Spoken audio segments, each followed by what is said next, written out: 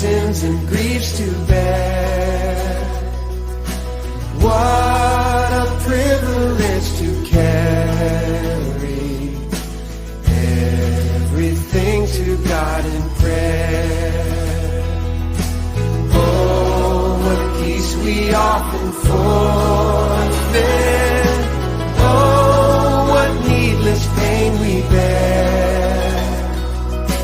All because we do not carry everything to God in prayer.